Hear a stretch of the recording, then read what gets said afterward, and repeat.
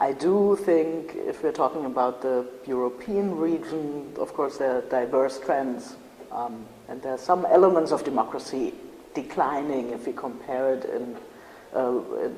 with time. I think what is more important for the mature Western European democracies, I'm not sure if they are in crisis or if it is more the perception of people.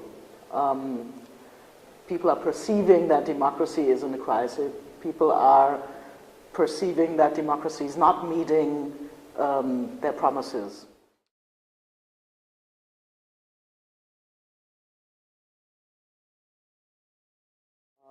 Socioeconomic reasons play a big role.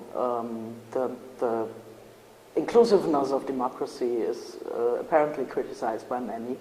But it is also a fatigue or a disappointment with the traditional party systems, with the traditional political elite that makes people frustrated. And it sort of transmits to the general, being frustrated with the general concept of democracy.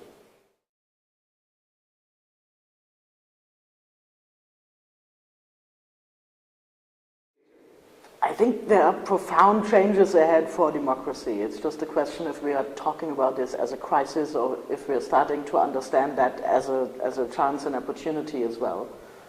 Democracy has always been evolutionary, an evolutionary process more than a given fact and guaranteed fact. So I think the questions, and they are pretty critical and profound as well. The questions would be, are we able to integrate these movements and go beyond the traditional forms of democracy we know?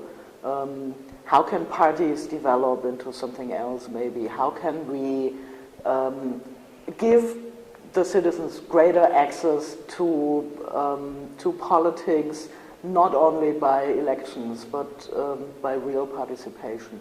How do we cope with new social media, etc., and their effects on democracy? And I think there are tremendous changes ahead.